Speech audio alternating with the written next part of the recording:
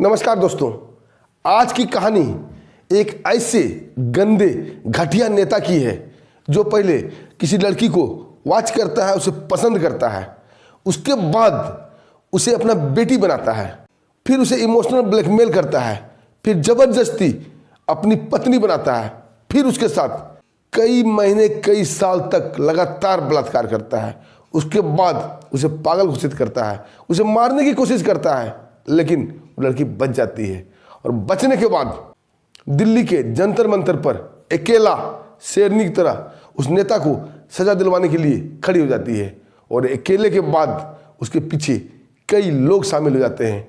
अब देखिए इस नेता की कहानी। आइए दोस्तों जानिए विस्तार से इस गंदे नेता की कहानी। सबसे पहले दोस्तों मैं आपको क्लियर कर दूं, मैं सभी नेता के बारे में नहीं बोल रहा हूं। बहुत अच्छे अच्छे नेता हैं इस देश में जो देश को चांद पर ले जा रहे हैं, लेकिन कुछ तथाकथित इतने गंदे घटिया सोच वाले नेता हैं जिसे नेता कहने में भी हमें शर्म आ रही है। और दोस्तों आज की कहानी वो आम आदमी पार्टी अरविंद केजरीवाल की पार्टी का एक विधायक नरेश यादव की कहानी है। हमें नहीं लगता इस देश में नरेश यादव से घटिया गंदा नेता कोई शायद होगा। दोस्तों कहानी की शुरुआत 2015 में होती है। उस वक्त आम आदमी पार्टी का खूब बोलबाला था दिल्ली में। कथित अरविंद केजरीवाल को लोग भगवान की तरह मानते थे। दिल्ली वासी उसे दिलो जान से चाहते थे और खूब वोटिंग किया था। उसी वक्त नाम निकल के सामने आता है नरेश यादव का। कहाँ से? महारौली विधानसभा क्षेत्र से, कि नरेश यादव को टिकट मिलने वाला है। हाँ ना की प्रक्रिया में आखिरकार नरेश यादव को टिकट मिल जाता है। सुनने में कई तरह की बातें, कई अफवाहें आती थी। कोई बोलता था 2 करोड़ में खरीदा गया, कोई बोलता था 5 करोड़ में खरीदा गया। खैर छोड़िए इन सब बातों को, हमें कहानी पे आना है।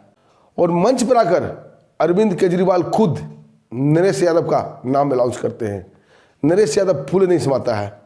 एक छोटी सी सभा हुई थी जो मेहता चौक पर हुई थी, और मेहता चौक पर ही एक ओंकार अपार्टमेंट है, और ओंकार अपार्टमेंट में एक पति पत्नी रहा करते थे जो कि पेशे से इंजीनियरिंग की पढ़ाई कर रहे थे, और शायद वो पार्ट टाइम इंजीनियरिंग का काम भी करते थे। लड़की का नाम था ऋचा ठाकुर। देखने में बहुत ही खूबसूरत और हिमाचल की रहने वाली थी। दोनों पति पत्नी छोटी सी सभा में जाते हैं। जाते क्या है, शायद उधर से गुजर रहे थे तो वहाँ रुक गए थे। तभी अरविंद केजरीवाल उनके पास आते हैं। दोनों में हाय हेलो होता है, प्रणाम पाती होता है, और अरविंद केजरीवाल पर्सनली ऋचा ठाकुर के पति को आम आदमी पार्टी को सपोर्ट एंड वोट करने के लिए कहते हैं। पति भी खुशी खुशी बोलता है मैं इंजीनियर हूँ और मैं आपको सपोर्ट करता हूँ, आप अच्छा काम कर रहे हैं, आगे भी आप अच्छा काम कीजिएगा। अरविंद केजरीवाल जी खुश हो जाते हैं। उसकी बगल में बैठी हुई थी ऋचा ठाकुर। वो इंजीनियर साहब अपनी पत्नी से अरविंद केजरीवाल का मुलाकात करवाते हैं और कहते हैं ये मेरी पत्नी है ऋचा ठाकुर। अरविंद केजरीवाल बहुत खुश होकर उसे भी हाथ जोड़कर नमस्ते करते हैं और वोट एंड सपोर्ट का रिक्वेस्ट करते हैं। ऋचा ठाकुर भी बहुत खुश होती है। एक मुख्यमंत्री पर्सनली आदमी को रिक्वेस्ट करे, हाथ जोड़े, स्माइल दे, तो आदमी खुश हो ही जाता है। उसी वक्त महारौली से जिसे टिकट मिला था, जिसका नाम था नरेश यादव, उस वक्त वो एमएलए नहीं बना था। नरेश यादव की नज़र पड़ जाती है ऋचा ठाकुर पर, और इस मौका को भुनाने से वो नहीं चूकता है। वो मंच से दौड़कर नीचे आता है और ऋचा ठाकुर से रिक्वेस्ट करता है कि आप कुछ बोलिए। दोस्तों यहीं से गंदी प्लानिंग की शुरुआत होती है, क्योंकि नरेश यादव के दिल में, आंखों में ऋचा ठाकुर बस गई थी। और ऋचा ठाकुर पढ़ी लिखी लड़की थी, हिमाचल की थी, इंजीनियरिंग कर रही थी, तो भाई राजनीति का ज्ञान तो होगा ही। थोड़ा बहुत वो जाकर मंच पर एक स्पीच दे देती है, लोग तालियां बजाते हैं, खूब वाहवाही बटोरते हैं। अब नरेश यादव ऋचा ठाकुर का नंबर ले लेता है। अब दोस्तों शुरू होता है घेर बांध, जिसको बोलते हैं। ये तो बाद में पता चला कि ये घेर बांध है, घेरा जा रहा है, लेकिन पहले ऋचा ठाकुर को ये सब पता नहीं कि उसे घेरा जा रहा है। अब कॉल पे कॉल आना शुरू होता है और तारीफ की दौर शुरू होती है।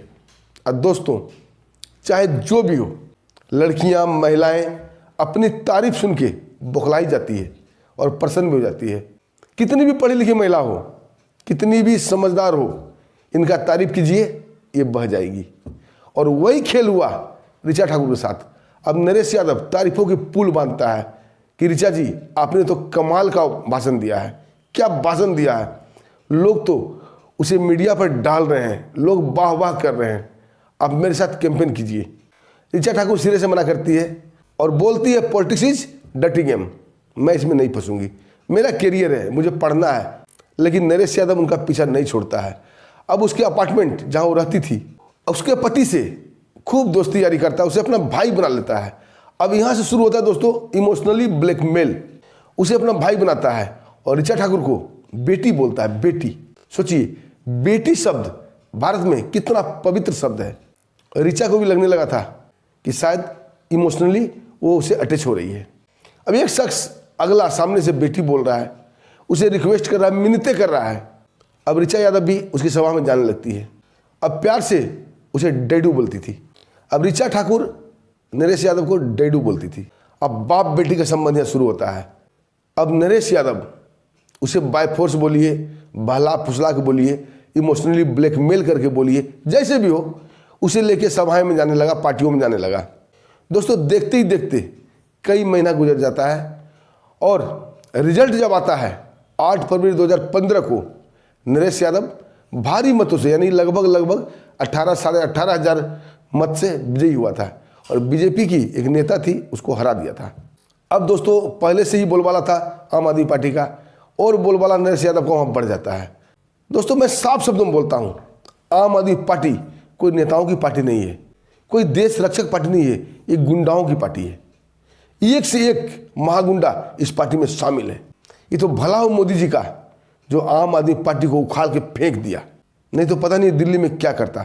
दिल्ली में जो दंगा हुआ था 2020 में, ये आम आदमी पार्टी की ही देन थी। खैर छोड़िए ये कहानी पर। अब नरेश यादव विजयी होता है, अपने गुर्गे के साथ घूमता फिरता है और पार्टी में ऋचा ठाकुर को बुलाता है। ऋचा ठाकुर बोलती है कि हमें पढ़ाई करना है, हमारे पास इतना फालतू वक्त नहीं है, लेकिन इमोशनली ब्लैकमेल करता है कि नहीं बेटी तुम्हें आना ही होगा, तुम नहीं आओगी तो पार्टी सुना सुना रहेगा, तुम्हें तो आना है, जैसे भी आओ। ऋचा ठाकुर बोलती है कि मुझे एक लैब में जाना है, वहाँ मुझे लेट हो जाएगा। बोला चाहे जितना भी लेट हो जाए तुम्हें आना है, प्लीज़ प्लीज़ प्लीज़। अच्छा, इससे पहले ऋचा ठाकुर के घर वाले से भी संबंध बना लिया था, सबसे रिश्ता जोड़ लिया था, उसकी माँ से, उसके पिता से, उसके पति से, जानने वाले से, सबसे। जैसे लगता था ऋचा ठाकुर नरेश यादव के घर की एक सदस्य हो और नरेश यादव भी ऋचा ठाकुर के परिवार का एक हिस्सा हो, ऐसा इमोशनली अटैच हुआ था। अब दोस्तों नरेश यादव एक जगह अपार्टमेंट लेता है, ऐसा जगह जहां उसका राज चलता था, आम आदमी पार्टी का सिक्का चलता था और चारों तरफ प्रचारित कर दिया गया था ये विधायक जी का शीश महल है, यहाँ आम आदमी का आना गुजरना अलाउ नहीं है। सिक्योरिटी गार्ड बिल्कुल चाक चौबस कर दिया गया। पार्टी उनकी थी, सरकार उनका था। अब दोस्तों शाम के वक्त ऋचा ठाकुर उसके घर पहुंचती है, वहां देखती कोई भी आदमी नहीं है। ऋचा ठाकुर सोचने लगती है शायद पार्टी खत्म हो गई या पार्टी अभी शुरू नहीं हुई है। पूछती है डैडू क्या हो गया पार्टी का। नरेश यादव बड़ा ही भले मन से बोलते हैं बेटी पार्टी के लोग थोड़ा लेट हो गए हैं, आ रहे हैं बस। तभी एक नौकर आता है, उन्हें पानी देता है और नरेश यादव नौकर के कानों में कुछ बोलता है। शायद ऋचा ठाकुर के अनुसार उसे बोला गया था कि तुम छुट्टी करो। वो नौकर बिना कुछ बोले छुट्टी कर जाता है। थोड़ी देर बाद नरेश यादव का भाई वहाँ आता है। भाई से थोड़ी देर बात होती है तो पता चलता है कि नरेश यादव के परिवार में कहीं शादी थी। नरेश यादव अपने भाई को फोर्स करता है, तुम्हें शादी में जाना चाहिए, तुम शादी में जाओ और मैं पार्टी अटेंड करके, पार्टी समाप्त करके मैं भी आऊँगा। और बाय फोर्स ज़बरदस्ती अपने भाई को शादी में भेज देता है। अब उस घर में रह जाता है नरेश यादव अकेला और ऋचा ठाकुर अकेली। भाई के जाने के बाद नरेश यादव डोर को लॉक कर देता है। दोस्तों यहाँ एक बार ऋचा ठाकुर घबराती है, लेकिन फिर भी उसका डर हावी नहीं होता है। क्यों? वो बेटी बोला करता था उसको और ये डैडू बोला करती थी। बहुत देर हो गया था घर में आए हुए। ऋचा ठाकुर बोलती है कि डैडू मुझे बाथरूम जाना है, मुझे बाथरूम दिखा दो। नरेश यादव उसे बाथरूम दिखा देता है और यहीं से शुरू होती है दोस्तों एक खतरनाक कहानी मोड़। यहीं से उसका गंदा चेहरा सामने आता है नरेश यादव का। सारा बेटी पिता का रिश्ता समाप्त हो जाता है और ये राक्षसों वाली रिश्ता पे आ जाता है। जैसे ही बाथरूम से ऋचा ठाकुर बाहर निकलती है, बिना कुछ कहे, बिना कुछ बोले, बिना उसे कोई चेतावनी दिए, नरेश यादव उसे कस के पकड़ लेता है। उसके साथ गंदी हरकत करने लगता है, इधर उधर चूमने लगता है, नोचने खसोटने लगता है। दोस्तों ये देखकर ऋचा ठाकुर बिल्कुल शॉक हो जाती है। एक बार उसके मुंह से निकलता है, डैडू ये क्या कर रहे हो। अब दोस्तों नरेश यादव अपने औकात में आ गया था। बोलता है कोई ऐडू डैडू नहीं, मैं तुमसे प्यार करता हूँ। मैंने जब से तुम्हें देखा है तब से अपना होश खो बैठा है। मैं इतने दिन बर्दाश्त करता रहा, लेकिन अब नहीं। दोस्तों कई तरह की बातें बोलता है, कई तरह से डराता धमकाता है और आखिरकार उसे ज़बरदस्ती खींच के उसे अपने बेडरूम में ले जाता है। इस खींचातानी में ऋचा यादव का कपड़े भी उतर जाते हैं, जो साड़ी पहनी हुई थी साड़ी भी उतर जाता है, लेकिन वो बसी दरिंदा उसे नहीं छोड़ता है। उसे बेडरूम में पटक कर शायद मारता पीटता भी है, उसके साथ ज़बरदस्ती रेप करता है, बलात्कार करता है। जब उसका मन शांत हो जाता है तब दौर शुरू होता है धमकी का।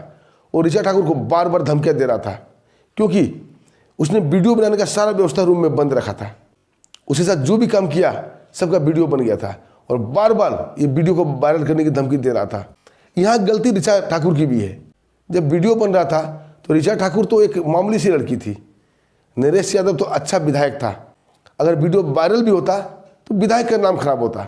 यहाँ वो गलती कर जाती है और उसे धमकाने लगता है, तुम्हारे पति को मार दूंगा, तुम्हारे पिता को मार दूंगा, तुम्हारी माँ को मार दूंगा, सबको मारने की धमकी देता है।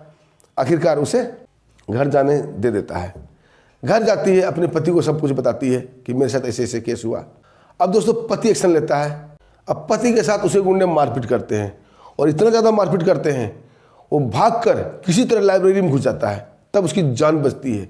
और 3 साल तक वो ट्रामा में भर्ती रहा, उसे होश ही नहीं रहा वो जिंदा है या मरा है, या यूँ बोलिए कोमा की स्थिति में रहा। अब ऋचा यादव का संरक्षण देने वाला कोई नहीं था। एक पति था, उसे भी ख़त्म कर दिया। उसकी माँ जब भी बात सुनती है वो भी हैरान परेशान हो जाती है। अब ऋचा यादव को बाय फोर्स एक घर में बुलाया जाता है, वहाँ उसे बाय ऑर्डर कैद कर दिया जाता है। वहाँ से निकलने की अनुमति नहीं थी। अब ऋचा ठाकुर पागलों वाली स्थिति में आ चुकी थी। न उससे किसी से मिलने दिया जाता था, न उसकी बात सुनी जाती थी। बेचारी अपना हाथ का नस काट काट के दीवालों पर कुछ कुछ लिखा करती थी। यहाँ तक आ गया कि मरने की स्थिति में आ गई थी। 2 मार्च को वो मरने की भी कोशिश करती है। फिर नरेश यादव उसे झूठ मूठ का शादी का नाटक करता है। गुलाब फूल के 2 मालाएं मंगाई जाती है और गंधर्व विवाह करता है एक शिव मंदिर में। बोलता अब हम लोग शादीशुदा हो गए। बार बार वो नरेश यादव बोला करता था कि मेरी उंगली जहाँ रखी जाती है वो हमारी प्रॉपर्टी हो जाती है। अब समझिए आम आदमी पार्टी के नेताओं की मानसिकता कितनी गंदी है। क्या बोलता था, जहाँ हमारी उंगली पड़ गई वो प्रॉपर्टी हमारी हो गई। सोचिए कितनी दादागिरी, कितनी ही गुंडागर्दी थी। ऋचा ठाकुर फिर भी हार नहीं मानती है। कई बार भागने की कोशिश करती है लेकिन भाग नहीं पाती है। चीखती है, चिल्लाती है, लेकिन सुनने वाला कोई नहीं। उसे मारा जाता है, पीटा जाता है, उसे घसीटा जाता है, बाल से पकड़ घसीटा जाता है, लात से मारा जाता है, थप्पड़ से मारा जाता है, उसे बेड में पटक पटक के मारा जाता है। उसके साथ प्राकृतिक सेक्स किया जाता है। 8 मार्च को ऋचा यादव फिर मरने की कोशिश करती है। सुसाइड नोट भी लिख ली थी, लेकिन बसी दरिंदा नरेश यादव उसे मरने भी नहीं देता है, न उसे भागने देता है। उसकी हालत पागलों वाली कर दी थी। फिर कैसे करके दोस्तों इतनी यातनाएं तो ये आदमी किसी को नहीं देता है। ये सब बातें तो एकदम बिल्कुल गुप्त हो जाती है, क्योंकि नरेश यादव ने उसके पति के साथ साथ ऋचा ठाकुर को भी मारने का प्लान बना लिया था। वो जानता था उसका पति मरने वाला है ड्रामा में। उसके बाद ऋचा ठाकुर से भी उसका मन भर गया था। अब उसे भी वो मार देता और एक कहानी सदा सदा के लिए दफन हो जाती, किसी को मालूम भी नहीं चलता। लेकिन ऊपर वाले कुछ और ही मंजूर था। एक कहानी सामने आना था। कहते हैं ना, पाप चाहे कितना भी हो जाए सामने आता है, पाप का घड़ा भरता है। ऐसे ही नरेश यादव का पाप का घड़ा भरा और वो फूटा भी और सामने भी आया।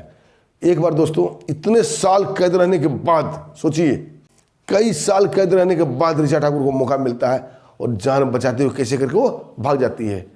अब जाकर ऋचा ठाकुर सामने आई है और जंतर मंतर पर आकर अकेला धरना के लिए खड़ी हो जाती है। वहाँ भी नरेश यादव गुंडा आते हैं, उसे धमकाते हैं, डराते हैं, भगाने की कोशिश करते हैं।